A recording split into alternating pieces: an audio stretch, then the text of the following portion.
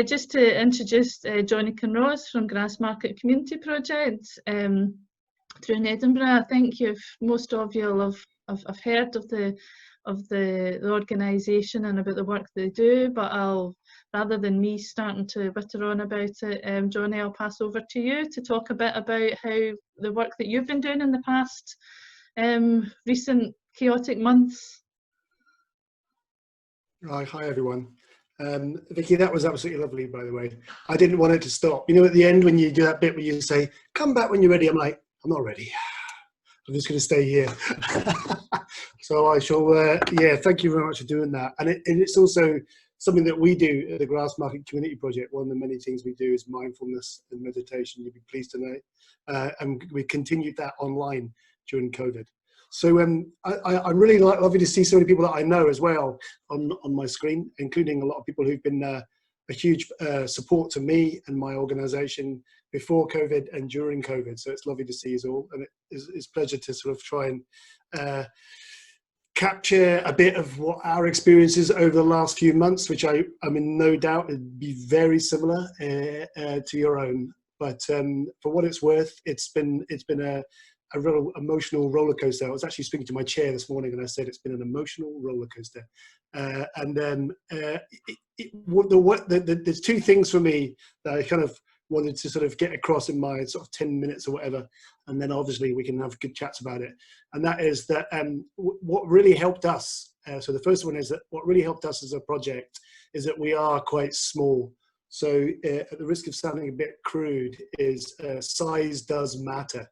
And then in our case, being quite small, sort of small, medium-sized organization, obviously there's organizations that are even smaller than us, it has helped us, whilst it might be a disadvantage in terms of our financial kind of resilience and our financial, our capacity to soldier through the COVID, closures and lockdown and all that sort of stuff, and a massive loss of our income stream.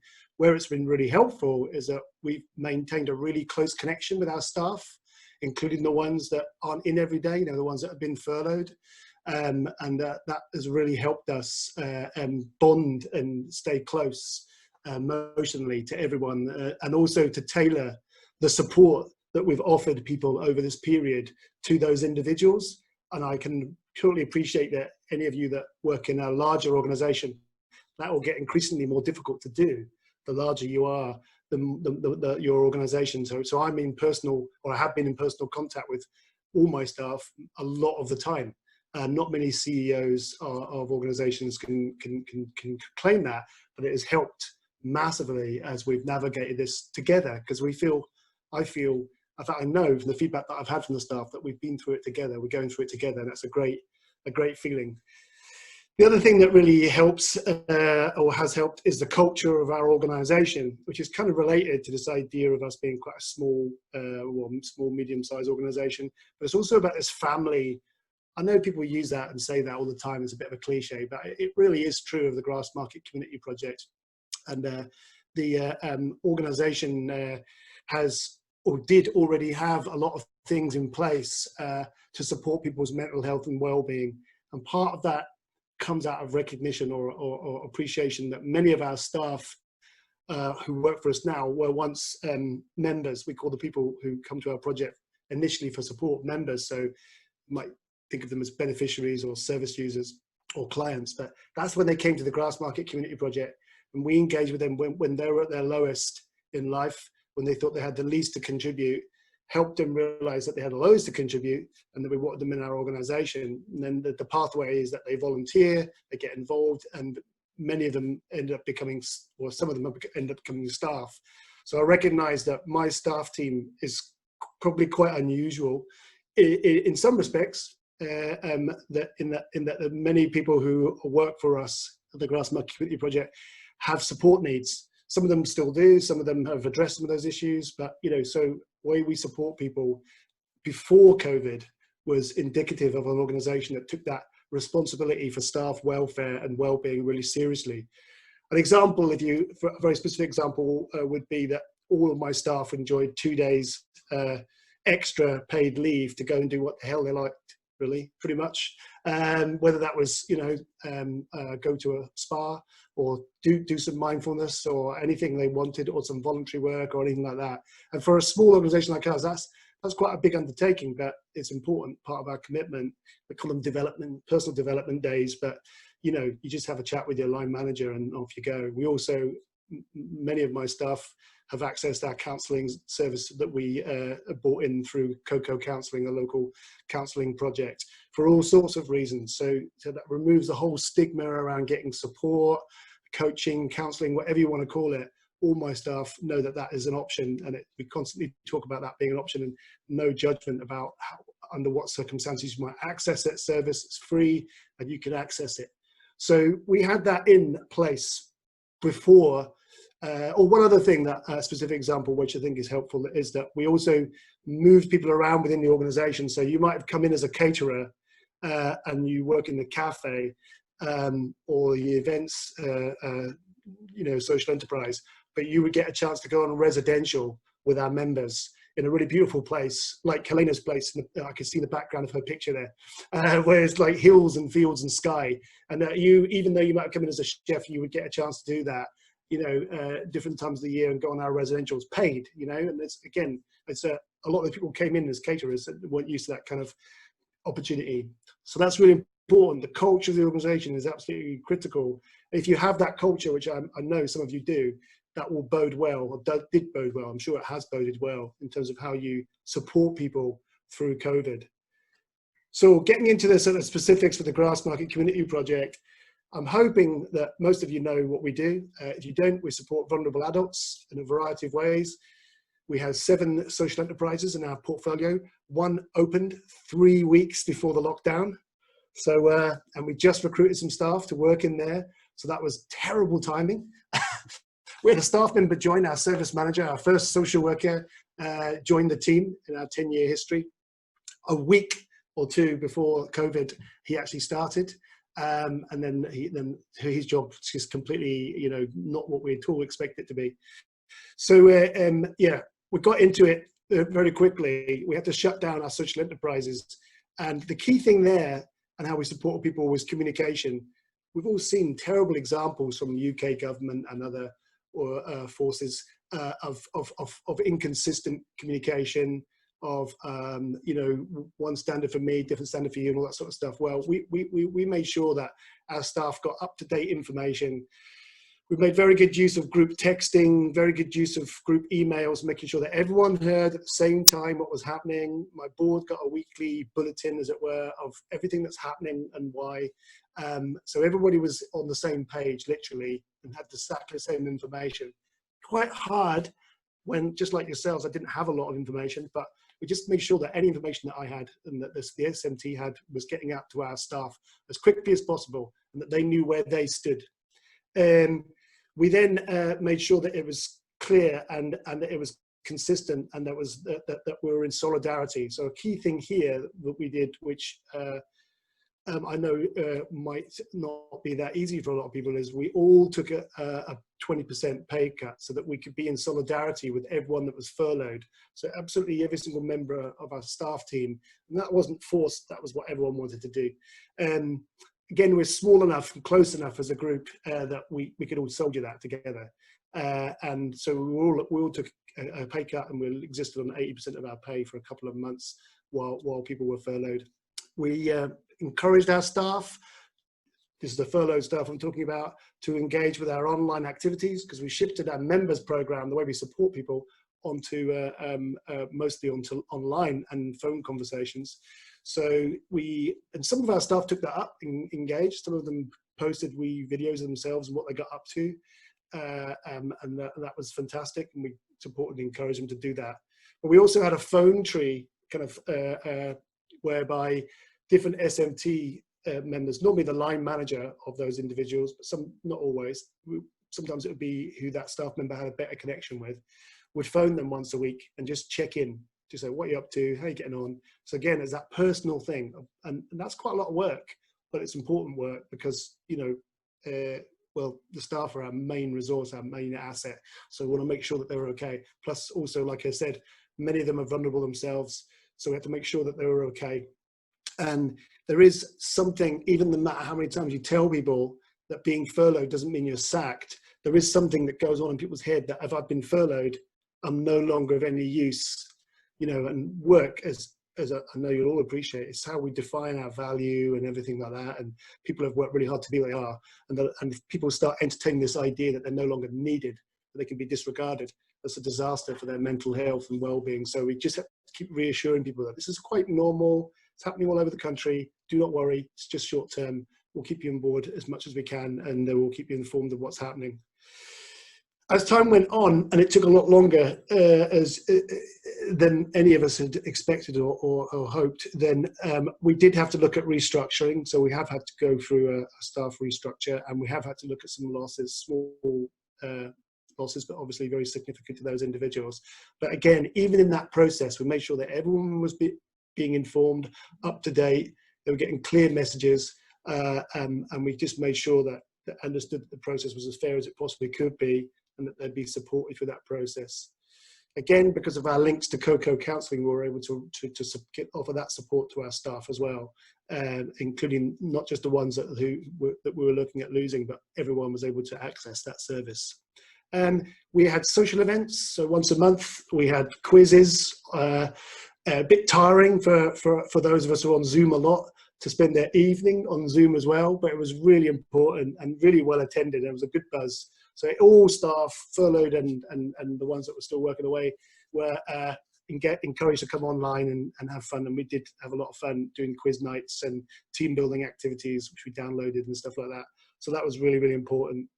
And then sort of what's emerging now is supporting people coming back. And this is really interesting because a lot of it, people's self-talk is very mixed. But you know, there's a lot of people thinking, "Oh, what do people think of me? Because I've been doing nothing. I've been doing nothing," or people have lost a lot of confidence. Bearing in mind again that a lot of our staff team didn't have huge amounts of confidence in the first place. This is a major blow to be out of work for 3 months, albeit supported financially. So we're putting a lot of support into how people come back. The main things we're doing are making sure that people get training. So we're doing some online training before they even set foot in the building.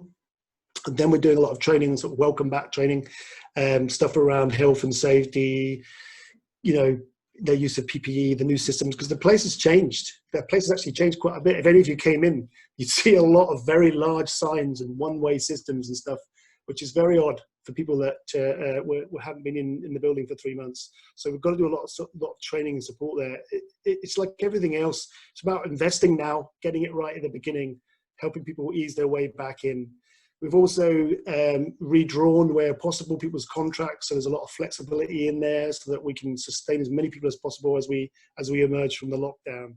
What's really important is to challenge any notion or any kind of judgments that people make of themselves or of each other about who's been working, who's not been working, about what that feels like, and what right they have. If the people who have been working, who haven't been furloughed, been working any harder, all that kind of nonsense. So you have to challenge it. We've been challenging a lot, anything like that. Not that it's happened really, but you know, if it does and did, we would challenge it head on. We've done our best to make sure that people, we document a lot of this as well, so that people get that assurance that this is you know, safe, that they can call on any kind of documentation around coming back in their health and safety procedures, for example, or changes of contracts. So they know that they're valued, but they know that you can also take it to someone that's very transparent, that's very fair, and they can get advice if they're not sure about what's written on that piece of paper. So we made sure that everything we do complies with best practice and is legal and legit, etc. The main thing for me is the investment. We invested a lot of time in it, and it will pay off and has paid off in terms of how people have experienced the lockdown and being furloughed and COVID, and as much reassurance as we can possibly give, but tapered with a brutal honesty and not kind of misleading people. It's very important that we're really upfront with people about what they can expect when they come back and about how secure their future is. So it's same old story. It's all about communication, and it's all about listening, and it's all about giving them the time and tailoring whatever support that we can, Some people wanted to continue self-shielding. Some people have got childcare concerns, you know, and it's like listening to that and adjusting where you can to make sure that they know that we really value them and that we will work around whatever their circumstances are so that they feel safe to come back in whatever capacity we can get them back. I think that's all I really wanted to say. I'm sure we'll get into some good questions and discussions, but I don't know if people have any, if people have any specific questions they want to ask of what I've said, or do you want to drill down a bit deeper into anything I've said? Thanks, Johnny. Does anybody have any questions for Johnny just now? Everybody's just taking it in. I'm going to wait until we've all the speakers and go for it. No questions just now? Okay. I think, do you know, it's so interesting hearing all the different stages of all the different things that you've had to consider along the way. And I think just talking about the aspect around communication, I'm sure that's crucial right across the board for everybody. Yvonne, were you going to come in with a question? Yeah, I was just going to ask Johnny, obviously that's, you know, what you've been doing and what you think you'll need to do, but a lot of these sort of resources and things you put in place will have to happen, I'm assuming, for a very long time, because people will, you know, be at different stages, come back at different times, but also potentially fluctuate, you know, as things hit them further down the line. So I suppose just in the long term then, or for future, what's your perceptions of what you've not got in place just now that you might need to? Because it all sounds as if it sounds as if you've covered a lot of stuff, and obviously your membership and the needs of that membership has maybe helped you in some way prepare for some of that, whereas other organisations might not have that sort of wealth of knowledge or preparedness. But longer term, what do you see there coming over the horizon, if you like? Well, one thing that we desperately need, and this is my call for action for all of you, is customers. So your organisations, and anyone else that you know, should please start thinking about booking up the Grassmarket Community Project. We're particularly good for small groups right now because of a large hall, and we've got social distancing measures in, hundreds of sanitizer, hundreds of processes and policies in place to keep you safe. So people should not rule that out. You know, and you know, that would be a really great help. So what over the horizon, we're very lucky with two of our main most lucrative social enterprises are building sites. I say we're lucky because they now have extended contracts with us because they have been stopped. So those staff that were recruited to work in those particular building sites have just earned without any, you know, nothing we did about it, 6 months extra on their contract, which is, you know, a great thing because they're great staff and we're delighted. So in that sense, that's been a really positive thing. The event side and the cafe side is more of a challenge. And I think we're going to have to do a lot more work to market the place and also just think about how delivering things differently. So we're very lucky we've got a bit of the money from the Scottish Government to invest in our tech, for example. And the way forward for that is that our staff need to get much more familiar with using tech because more and more customers will want more of a hybrid.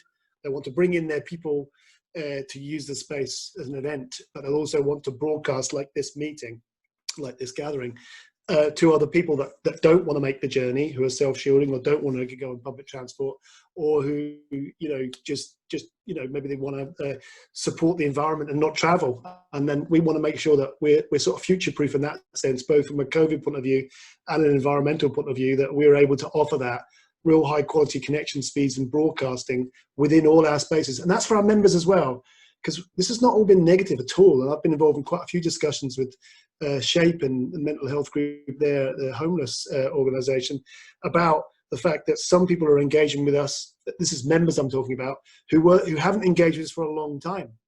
Nothing to do with COVID. They just really struggled to get in for an hour or 2 hours. But now they are. They're back and they're engaging. So we want to make sure that even our members program, as well, that our members program is a hybrid as well. So that our art classes and our IT classes or whatever it is that we can do, people can do it at home as well. But we want to do both. It's a bit like schools, and I know there's an extra pressure there, trying to do both. So we want to make sure that staff aren't too stretched and that they're properly resourced. But that is the way forward, is to be able to be different things for different groups, and whatever you're doing in situ in the centre, to be able to connect that with people at home as well simultaneously. So you're taking advantage of these positive things, which is people who are very, very isolated, who maybe got physical mobility issues or are very anxious about travelling at the moment, understandably, can access those courses. So yeah, so there's going to be a lot of training for our staff when this new tech's in place, going in the next month or two. Once that's in place, people will need to be skilled at dealing with that, because we won't have a full-time kind of paid technician in to service that stuff. So some of our staff, just like our members, really struggle with online, but so we just got to give them as much support and training to help them make that transition, because you know, we need people to be very flexible and very adaptable. Okay, thanks, Johnny. Any other questions for Johnny just now? Nope. I can see there's lots of people there that I imagine will have questions and wanting to compare notes and different things as we get on later into the session. So if we move on just now to Helena, and you're going to share your screen with us for your presentation, yeah? Yes, I am. Thanks very much, Mary. And thanks, Johnny. That was fantastic. And what a role model you are as an employer. Seriously, if only we had more like you.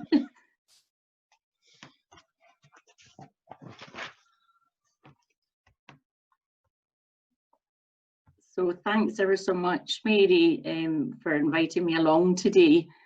I'll just minimize this. My name is Helena McLeod, and you've got a picture. That's where I live, in North Keswick on the Black Isle, up in the heart of the Highlands. I'm very fortunate, and it's been lovely, because I've been involved in running our COVID response for our community here, called Keswick Kindness, and that has been quite a roller coaster, as Johnny has said. But it's filled me with purpose, and I have been embracing technology since the end of March. And we talked about back-to-back Zoom meetings and events and workshops. We're doing all sorts of things, which has been really inspiring and bringing people in the community together. But generally, in my day-to-day life, I focus on mental health and well-being, suicide prevention, and addictions recovery as a smart recovery facilitator. So I'm just going to start off, and this is quite general, because I'm aware of the fact that you're doing specific sessions, Mary, with your members.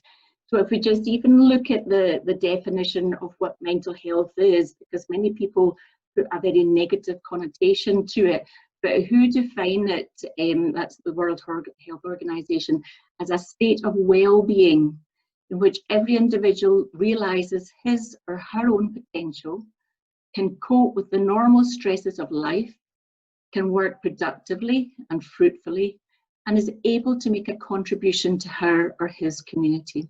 So you'll see how that's a positive dimension to mental health, and that's really contained in their definition of general health in their constitution, where it says that health is a state of complete physical, mental, and social well-being, and it's not merely the absence of disease or infirmity. And I think that's important that we remember that. To be truly well and to have that state of well-being, it includes all these aspects of our being. So it's just like the wee brain there is doing these press-ups in the picture. It's very much like our physical health, and we need to take care of our mental health and nourish it, because sadly about 1 in 4 people will experience a serious mental health problem in a year, and they're often stigmatized for this. That's not to say that we can't get help and support to overcome that. And if we're talking about stigma, again, we're looking at the unlawful discrimination that happens when a person is treated differently. And that could be because of any of the protected characteristics, of which there's 9 under the Equality Act 2010, in a way that disadvantages them. And we see that mental health is one of these that attract a lot of stigma and discrimination, whether people realise it or not. There's a lot of stereotyping, there's a lot of self-stigma that we've carried around with us, maybe from our upbringing, and prejudice. but it's not fair to treat people with less dignity and respect than they deserve. And if we just have a broken leg and we need time to heal, well, so it is with a broken mind, that needs time to heal as well. So some of the things, just as you've been speaking about, that we're seeing coming out in the pandemic, number one is anxiety. And if you look at what the wee kid has drawn at the side there, that's what he feels, and that's the things that make him feel anxious. But if we're thinking about the effects on our body and the effects in our mind, you could basically go on a sliding scale from 1 to 10, 1 being like you're fairly laid back in terms of handling stressful situations, up to 10 when it's really consuming your whole life. But when it gets to the stage that you're feeling pins and needles, you're really struggling to get your breath, your sleeping at night is really disrupted, you're grinding your teeth at night, there's changes in your sex drive, you're having panic attacks, or if you're feeling tense all the time, then that is really something really to be worried about and something that we need to be thinking about getting help with. And hand in hand often goes depression. And there, I don't know if you've seen the video before, there's the wee link for it. I had a black dog. His name was Depression, a very interesting video that we show in mental health training for managers and in the mental health first aid training. But you may find you're getting tearful more often. I know a lot of my wifey friends, we have our cafes and we're talking about how the cats, just burst out crying. But when it gets to the stage where we feel our life is hopeless and full of despair, and we're starting to feel suicidal and numb and we're just completely pulling away, then that is when we also need to reach out for help. Because again, who have talked about by 2030 that depression is going to be one of the main causes for mortality and morbidity on a global scale. So this is something that we need to learn how to handle better. So if we talk about mental health, and Johnny's referred to people from socially disadvantaged backgrounds as well, we talk about the inequalities of health. And we see how people from more deprived areas suffer with at least twice as number of mental health problems. They also receive twice as many GP consultations, and we see that particularly in the deep end parts of Glasgow, where GPs are overwhelmed. And a lot of this is to do with the social status that's linked to mental health problems, possibly around poverty, poor housing, unemployment, ACEs, chronic health problems. And we see how these social inequalities often shape our health inequalities. And I don't know if you've ever had the privilege of meeting Sir Harry Burns, and he spoke about the Glasgow effect, but if you ever get a chance, please, and he is fantastic. And a great video there about health inequalities and the effect of power distribution and income and wealth. Just if we're talking about inequalities, I'd just like to focus, because I noticed there's a few men in the audience, on the gender health gap, because generally health is seen as a feminine issue and there is that inequality. Men tend to have shorter life expectancies. They tend to die more from heart disease, stroke, or being overweight, and they absolutely have a reluctance to talk about their mental health. And sadly, this leads to a higher rate of suicide in men, where we see 3 out of 4 people taking their life are males. And sometimes this can be as a result of financial worries and debt. And this may increase if we're losing our jobs or due to relationship breakdown. And often is the case that 90% of men won't visit a GP unless they think there's a serious problem. So in the workplace, there's a lot that we can do to promote awareness and action on health, specifically targeted for men, so different age, gender groups. There may be menopause stuff for women, or things about periods, or things that affect us emotionally and psychologically. But men seem to be attracted to different type of messages. They may prefer programs that have a more sort of competitive camaraderie or a humour attached to them. And just thinking about how we can use more effective messages is good. Taking care of our mental health. I always like to think of my mental health like a crown of jewels. I want to protect it so much. It's so important to me that I look after it. And during the pandemic, we're experiencing greater fear and anxiety that can be overwhelming.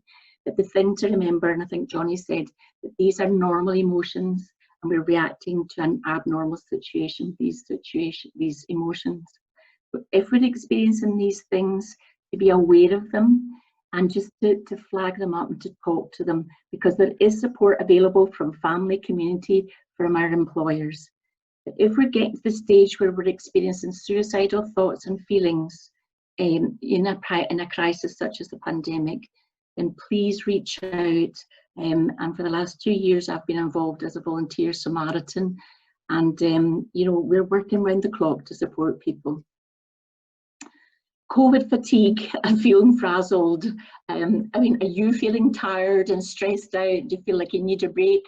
Or are you like the man in the video, you know, the mental health video where he's trapped under a log and his mate's saying, how are you? And he's going, oh, I'm fine. You know, we need to ask twice, because often I'm fine means actually that we're fearful, we're feeling insecure, nervous and exhausted. And I know I'm bad for saying that as well. So volunteer fatigue is being an issue, particularly if volunteers are doing so because they've maybe lost their job and they're now worried about money and the likes. And we're experiencing different kinds of stress. I think very much Vicky is tapping into supporting people in reducing their stress, but there's that acute sort of intense period of stress that our bodies are well designed to cope with. And that's about the saber-toothed tiger response with the fight, flight and freeze response. But this prolonged chronic stress is having quite a devastating effect on our minds and bodies. And we're seeing in disasters, which the pandemic is, that communities are responding in stages. So initially, we had the start and everyone was pulling together, they're staying at home and everything like that. They were saying hello, clapping for the NHS and everything. Then we've moved into this sort of disillusionment phase where that sort of community spirit may be wearing off, but we're starting to exhausted, we feel more negative, and people are starting to question, what are people doing about this? How long will this last? And that tends to go on for a long time. So we need to remember that this is not a sprint, we're in for this is a marathon, and we would train very differently for a marathon. There's an excellent wee webinar that I'm going to tap into about avoiding burnout, maintaining healthy boundaries during COVID. That's on the 22nd of July. There's a link there for it. So to develop coping skills is very important, and Vicky's is in here as well. So exercise is one of the best things that we could do, releasing endorphins, getting rid of that pent up frustration and adrenaline. Talking about what's important is finding the right time and place, and not trying to suppress that, because if you've ever tried to hold a beach ball underwater, the strain in trying to keep that down is just unbelievable, and eventually it's going to come popping up to the surface. So why would we waste all our energy trying to hold it down? Let it go gently and start to open up and start to find ways of talking, because we can get held down with negative thinking. So thinking about how we're reacting to situations and how these affect our thoughts and feelings can help us to change the way that our thinking patterns are operating to become more constructive. So this is much more about having compassion for ourselves and for others, giving ourselves a pat on our back, because you're all doing amazing things. We're all knocking our pans in just now, and thinking about more around mindfulness and gratitude and kindness for ourselves.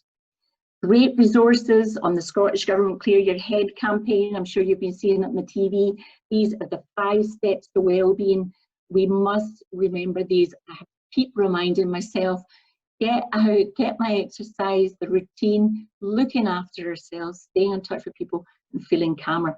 For employers as well, there's a great help and support section there now that's been improved. In terms of financial well-being, so last year the CIPD did a survey of 6,000 employees, and on the left-hand side we see what they were saying about their experiences in the workplace, okay? But after that, We're seeing there's an additional survey done to over 1,000 employees in relation to COVID. There's now 1 in 5 anxious about losing their jobs. 43% are saying the pandemic has worsened their mental health condition, and about a third are feeling greater in anxiety. And as this economic crisis unfolds, employers may be starting to do more with less money. So there's an important imperative on the government to protect jobs as much as possible, and they're doing that through furlough. But we also recognise, as Johnny was saying as well, this is almost, and some people are calling it the F word now, and that them and us situation that it's causing. And I know my son, he works in a security company. He's been working throughout, but the boys that have been furloughed are desperate to come back, and they're now starting to feel really down about that. So supporting your staff through that is important. I like a good graph, and the stress performance curve is important that we remember this. Where we're not under much pressure, our performance is, that is not such a great thing either, because we're inactive, we're bored. But as we move up into the goal zone, we become much more motivated, we're more creative, our decision making is spot on and everything, we're collaborating more, and we're at our peak performance. And maintaining that motivation without burnout and thriving under pressure, that is the key to success. But when we tip over there and that pressure on us, that stress becomes more than our resilience is able to bear, then that is when we start to get fatigued and exhausted. Panic attacks might start, we get angry, and then we start to burn out. And the point is, where are you really on this curve just now? Is your mood being affected by stress, your sleep, your control? So thinking about that is helpful.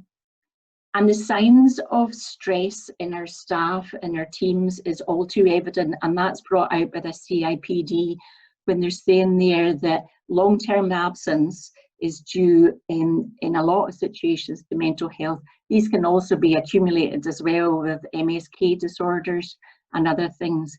But just for employers to be aware of these things in our teams. And Johnny was also talking about psychological well-being and safety, and this is really the mental health equivalent of what a physically safe workplace is. And if you think about the pictures there, what creates that psychological well-being in a workplace, you can see that it's the psychosocial factors, that's the worry, the anxiety, the stress, and the depression that affect us. So creating a psychologically safe environment in the workplace is so important, that staff feel that they're being treated in a way that recognises their rights and needs, that they can challenge constructively ways that we're working without fear of retribution, that they can ask for help or guidance, that they can talk about questionable practices and not feel demonised, and they don't feel undermined. And if we're providing a psychologically safe environment, then they'll feel listened to and valued and tend to go the extra mile. So in terms of creating a mentally healthy workplace, now these are links in the blue there.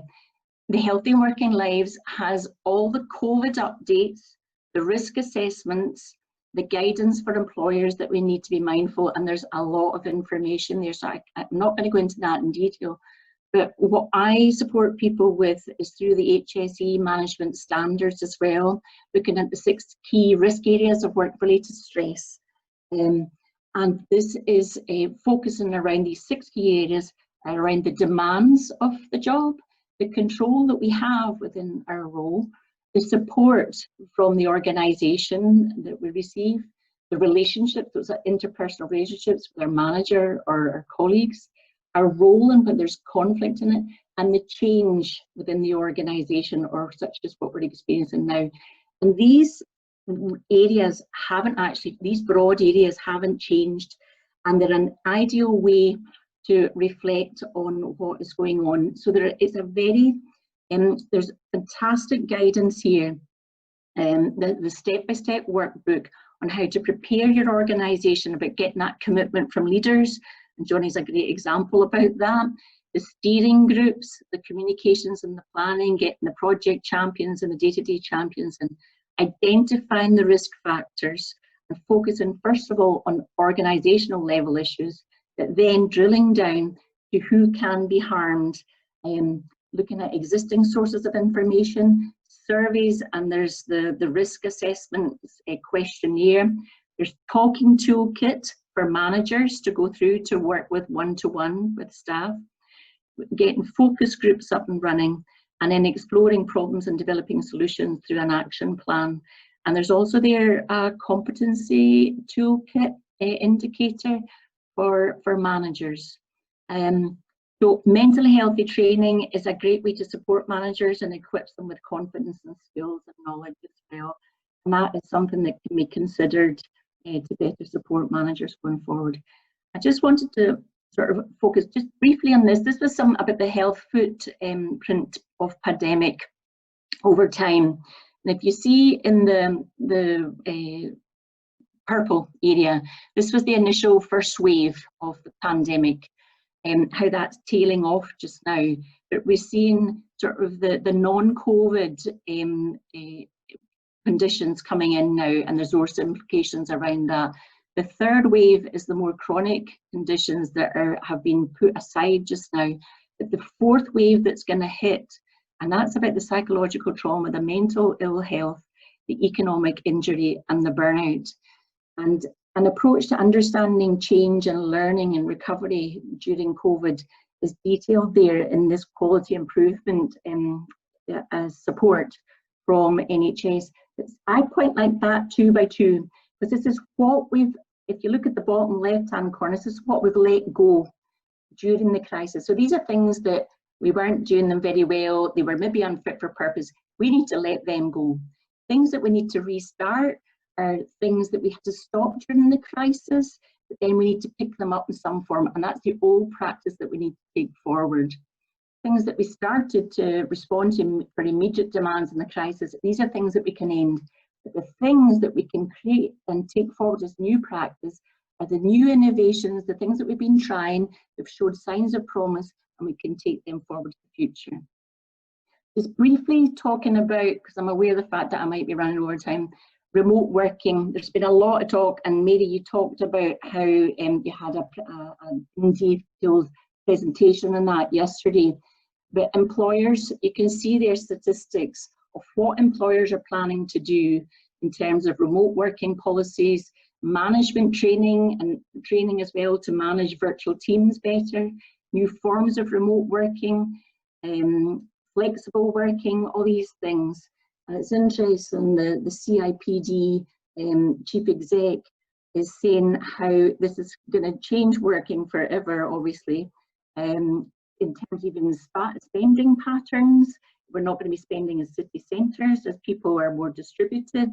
But there are advantages how we can hire people from a wider geographical area, reduce time spent on and money on commuting, taking pressure off our transport, boosting local economies, how people with caring responsibility and those with mobility and health concerns have better access to coping by working at home, and how we can have a better work-life balance. The pros and cons of remote working are there for everyone to see. I think we're seeing some benefits, but the drawbacks are definitely around isolation and loneliness, and just feeling that disconnect from the informal conversations that we had as well. Bearing in mind that this is an experiment in mass remote working that we've never seen on this scale before. These are the big guys. Now, I recognise that technology giant Fujitsu, they've got 80,000 employees, but they are effectively implementing a permanent remote working policy for anyone that wants to go forward this, and they're calling it a work-life shift. And what I liked about this is it's not just a concept of work. It's really a comprehensive initiative to realise employee well-being by shifting the pre-existing notions of life and work and going through it with digital innovation. And they're providing financial support to help remote working environments being set up. They're providing well-being checks for physical, mental well-being and enhanced support. Slack is something we started using in our Black Hill Communities group. I love it. It's an online platform. We're chatting, we're creating all sorts of things. But what I liked about them is their distributed business. They are providing financial security for their employees, but their clarity is around, providing certainty about the future and the plans for the future. And that is so important, that we're not left with that uncertainty. This is I'm just finishing up this now. This was a great example because I've been working with AbilityNet, a fantastic organisation, and we were doing a presentation the other night, and they're doing regular training with their staff. But this is an organisation called Fair Vision with 55 employees, and how they have taken mental wellbeing support to a virtual setting with regular video meetings. They're trained mental health first aiders, employee peer support groups, which is great. They're doing a lot of signposting, employee wellbeing champions, and weekly catch-ups on their Zoom calls. And people have started to open up, which is great. This is brilliant. But their managers were already forging close relationships with employees because they had monthly one-to-ones. And every day, the team would host a stand-up meeting to talk about the previous day's work. And it's interesting though, so I'd like to know really, how do you feel about working from home? Because everyone's got different views. And the final slide is about the National Rural Mental Health Forum. So this is, they started about 3 years ago when I met them at the Highland Show. And they're dedicated to ensuring that people around rural Scotland lead mentally healthy lives. We've got over 160 members now, and they were the first to recognise the word rural in the mental health strategy. It was just about to be released when rural was brought into it from the work that was done through the Rural Mental Health Survey.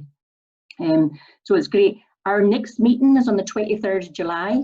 Go online on Eventbrite and find the link there, because great stuff, and there'll be a lot around mental health training that Support and Mind Scotland are just about to launch, so you would enjoy that. And I think that, one last thing, this is about us as the first sector responders, because I know we're called the third sector, but we were the first to respond, and it's been an incredible effort. The third sector collaborative solutions for recovery phase is what we were talking about in Highland third sector. We're promoting what we do, going forward with social prescribing for emotional and social issues with statutory services, building on what we've done around food provision, the befriending services that we're doing collaboratively here as well, and filling the gaps to meet the need for statutory provision. A lot of our opportunities, particularly around the digital market. The TSIs, I know as well, and SEN Scott providing a lot of e-learning best practice and support. So there are great opportunities, because there will be funding constraints, so to be more collaborative and innovative is key. I think that's it at long last. Thank you, Helena.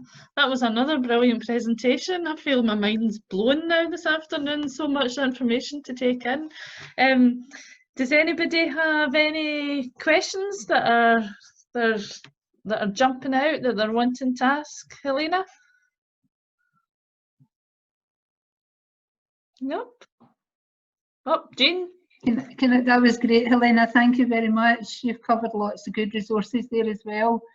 It was also saying that I'm managing 93 mental health workers, and we've had to build in the same resources for them remotely working, because some of them have got disabilities as well. So we've built in extra supervision, and we've built in more Zoom meetings so that we've still got one-to-one with each of them, and we've made sure they've got all the resources they need at home.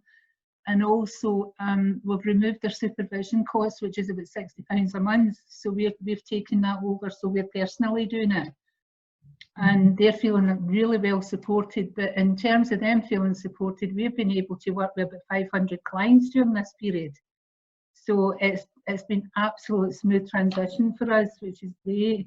But even although you've got mental health workers, they also need to be supported exactly the same as staff do.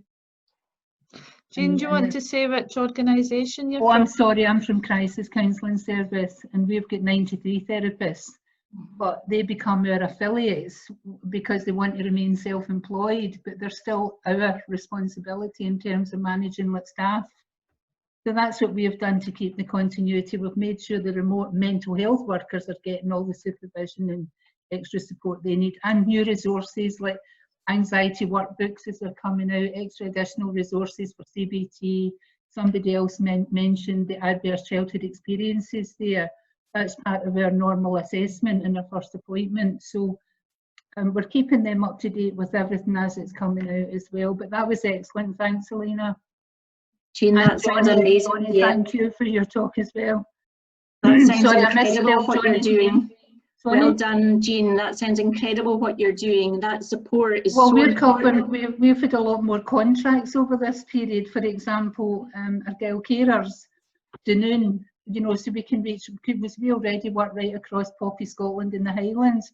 So remote working allows you to reach anywhere. 2 of my counsellors are stuck abroad, but they're insured in Europe. I don't know what will happen after the European Union breaks up, but at the moment they're stuck over there. But they're saying, give me some clients, give me some clients. You know? So we can support people wherever they are. Yeah, and we're seeing that even with NHS near me, it's just exploded, yeah. You know, and particularly around the remote and rural. I know we've had presentations from the Western Isles NHS, and they really embraced near me, well over a couple of years ago, and Highland have embraced it. So it's starting to roll out. And it doesn't have to be about money, because what you can do is you can have one housing association, for example, takes the contract, and about 10 others are underneath that. So we took a contract this week. It was a third sector interface organisation, and they were saying, oh, that we feel really selfish taking out a contract for just our little pool of staff. And I said, well, why don't you take the contract for the whole team? So all they did was go up a band to a number. All they do is tell me the number, but tell me which organisations are going to access under that umbrella. And it is so simple, and their money goes straight back to the community. So it's a win-win, you know, and if it's a company, they can claim it back in tax because it's a staff welfare cost if it's a private company. So yeah, it's fantastic what everybody's doing. Helena, I was just wondering there, are you okay to share the presentation, and sure. I can email that round to everybody? Yeah. Because I think there's lots of really useful resources and links on that I don't think we were all listening so intently, nobody had time to scribble them down at the sides. Any other questions or points that people want to pick up on, either with the speakers or just other points that they want to bring up? Nope. I'm looking to see if there's any wee hands going up, but I'm not seeing anything at all. Nope. Are there any particular resources that folk that you have, that other folk have been accessing or tapping into that folk have found particularly useful over the past few months?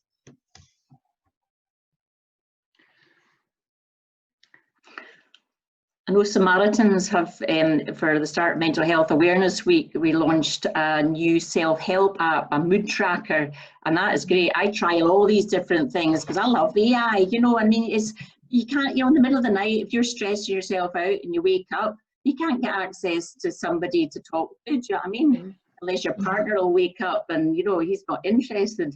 But so these are great things, and I'm all in favour of self-management, I tell you, because you feel empowered and you feel, you know, you're quick with knowledge and finding out what's going on and how to help yourself going forward.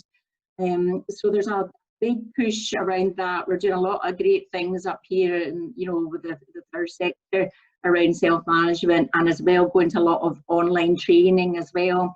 In fact, they've provided that free e-learning training to third sector organisations now, and a lot of that is around going back to the workplace and support in mental health and well-being of people in the remote working. So very practical support that they're bringing out, which is great. But we're looking definitely for the third sector really to come together, you know, and to work together to because we're seeing NHS Highland are coming on and they do not have the answers, and they're first to admit that now. They don't have the capacity to cope with what's, you know, coming ahead. So as employers, we need to be able to stand up to the mark and to be, you know, to be better trained. But as third sector in general, working together to come together with that package of solutions that we can say to NHS, look, we have a great option for you if you will fund this. And I think we need to be better at saying that, and be slicker at doing that as well. So that's where we're going anyway. We're all like this big social media, we've had enough, you know. I mean, you've got to go in, Helena, with it. Here's one I prepared earlier at NHS Highland, because we're in a contract up there and we've been operational for 9 months, and their person's not even in post yet. The person who's monitoring it is not even in post yet. But I've got 9 months operational data already. It's purely for veterans, so that's specifically a veterans project. But it's just, if you've got to kind of go in and an NHS mindset, which I came from, and say, well, you go in with the solution as well as the problem, you'll get the results.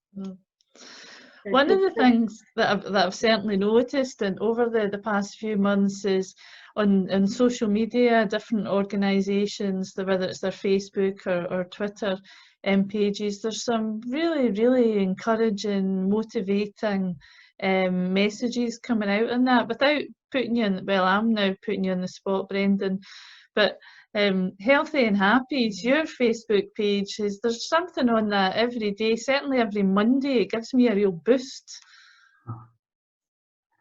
Yeah, it's been just as pretty much Johnny said. It's been a roller coaster, but there's been lots of highs and so on. I guess there's been so much, and we found ourselves our food bank closed. All of a sudden, we found ourselves being the food bank 7 days a week, and trying to readjust our own services and so on, and an awful lot of time to support our staff and so on. We've done lots of stuff that's been talked about today, and just trying to be realistic. Definitely being realistic about it, but also highlighting the positives. And there's an awful lot of positives, and there's sad stories, and some of our residents have lost loved ones, but there's so many good stories, and we're gathering them right now, and we're 100% going to be telling those stories and sharing those stories. We're already doing it, but just trying to maintain as much positivity and positive focus as we reasonably can, but still being realistic. Yeah. Oh, thanks. Can I just comment a bit on the sort of large group of people who aren't really connecting digitally, and that it's really important that we mustn't forget that is still a hugely significant group of people. And I haven't spent roughly half of my professional life living and working in the borders and the Trossachs. I totally understand why in the Highlands and the rural areas that we really, really embrace and welcome a lot of the online activity is solving a lot of issues. And I think it's absolutely brilliant. I just only wish it was there, 15, 20 years ago, showing my age, when I was in rural communities and working as a worker in the borders. However, I know just yesterday we've just restarted our walks, physical social distance walks with some of our members. And I did one this week. And it was just incredible what an impact that had, just meeting in a local park and walking for an hour at a social distance. And just honestly, it's like I was their long lost relative, the way I was greeted. And that was the same, not just of me, but of my colleagues that did a walk this week with everyone. Everyone's been going crazy on and contacting us and saying how wonderful this is. So yeah, I think that just really shows that people still want and need physical contact. Not physical contact, I know it's really impossible to do right now, but to be in spaces together. So, and I think one of the things was really alarming for me that came out very early stages of the pandemic and the lockdown was how such a huge section of Scottish society are not connected. Massive. It's absolutely massive. I think it's 1 in 5 or something. And I've got friends who are teachers, and they were saying that the attainment gap is all being massively increased because of lack of digital connection and devices in the home, or sharing a device, or yeah, it's a minefield and really alarming. And I've been campaigning along with a couple of other people to try for the third sector to really embrace this idea of universal broadband. It's not unthinkable now, and it's totally affordable as a society to start, and it should first and foremost go into the areas of multiple deprivation where many of us are working, or many of the people that we support come from. These areas, not the city centres, as is seen all over Europe, getting free broadband or free Wi-Fi. It should be given first and foremost into the areas of multiple deprivation. It's so easily done, it's so affordable, and it would be because it should be a human right now, in case we get a second wave. And also that's the direction we're going in. Direction of travel is, unless you're digitally connected, you're going to miss out on all these amazing things that are happening. So two things there. One is to get back into physical arenas, and the other one is to push this idea of, more than an idea, a reality that everybody should have broadband. Yeah. And you know, I think that's certainly something that came up in terms of the sort of physical face-to-face meeting that came up as a concern during Reset Week when we were talking about the benefits of having virtual sessions. I mean, so for ourselves, we're having more people coming to meetings now than what we ever had before, because people are able to, because they don't have the time and the cost and all the rest. Which is fantastic. That's brilliant. Which is brilliant. But at the same time, there was a real concern voiced about, you know, people need that face-to-face contact. They need physical touch. It's crucial. There's all those different things that there's a reason why we have community organisations with spaces there for people to come together. So I think it is very important that both of those things are emphasised going forward. Yeah. Is there anything else that anybody's wanting to pick up on? When you see Helena, it'll be once we've all got a copy of your presentation, we'll be firing all sorts of questions in your direction. What I was going to say was we have to minimise the exposure that people are getting when they're remotely working. I've noticed it more in housing officers, housing support officers and welfare side of things. They've been exposed to domestic violence, or they've been exposed to the person's whole story. They've moved into the person's house on Zoom. So whereas before in the office they may be only dealing with the accommodation side of things, so we've found a lot of them have had very traumatic exposure.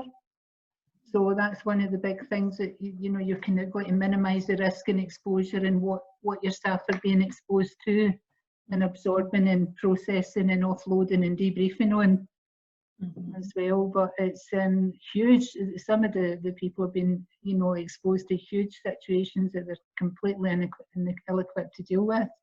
But there's been no backup for them afterwards. There's been no backup to take that back anywhere. Yeah. That's the kind of things that the emergency services are trained for. You know, they go in and they're exposed to certain things, but there's a debrief side of that. So yeah, but it's working really well for our team, I have to say. Well, that's good. There was I think there is something around that sort of peer support as well within that particular context. I was talking to the Mental Wellbeing Collective, and so the guys set up a social enterprise, and he provides the psychological therapy. People are paying for that, but then through the income generated from that, he then works with Inspiring Scotland and one of their groups to provide support through the peer support through the folk that are out working within communities, and there's different issues coming up. And when you think on the massive contact that people have, whether it's link workers or people within any community organisations, that face-to-face, there'll be so many issues coming up that where do they go with them, and where does that link into? So it will be huge. I realise we're approaching 3 o'clock. I was just wondering, Tracy, is there anything that you're wanting to come in on in relation to some of your startup folks who have obviously been through a very difficult time in the past few months? Yeah, thanks. It's really interesting. I mean, we've actually lost a couple of students in terms of their own mental health as well.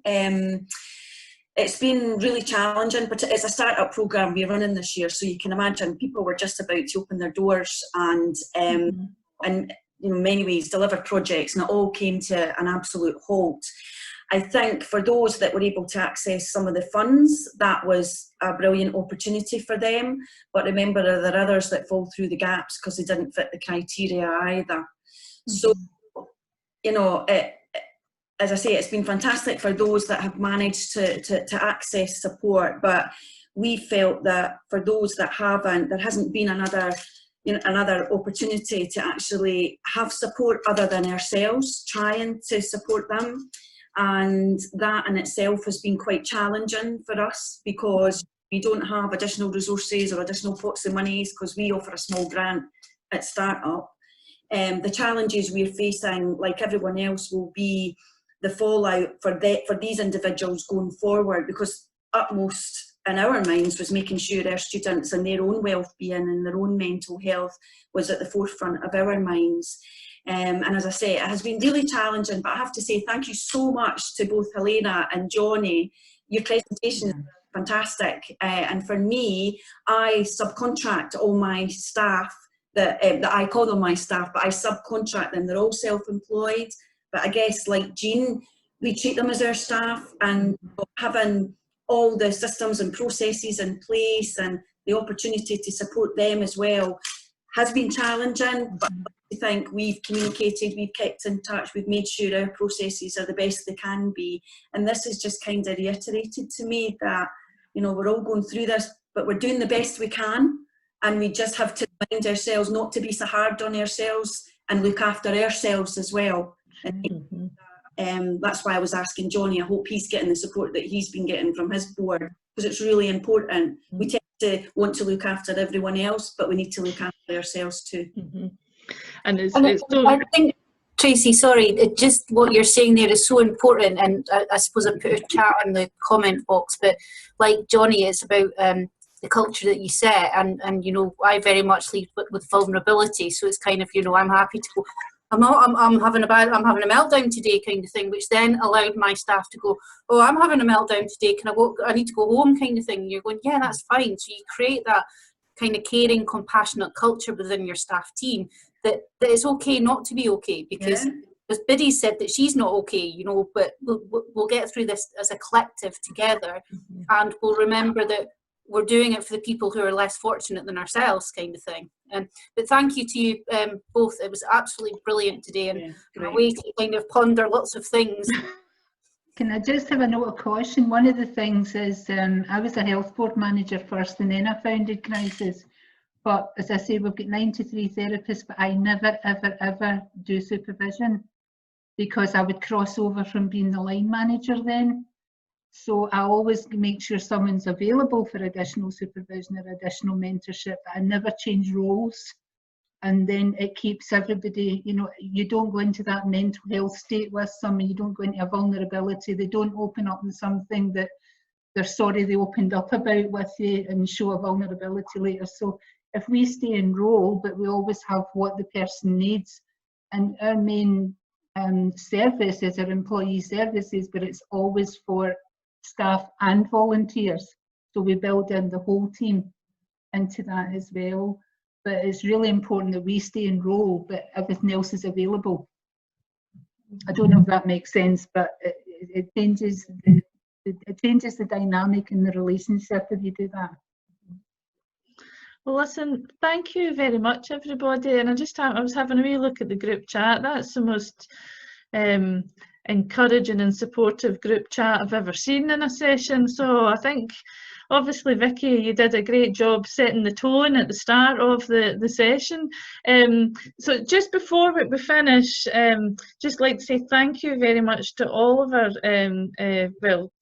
to Johnny and Helena and to Vicky for the input. I think it's been absolutely brilliant. You've been given such thought for us all to take away. And just to mention very quickly, I know that Vicky at the Wee Retreat is currently developing an online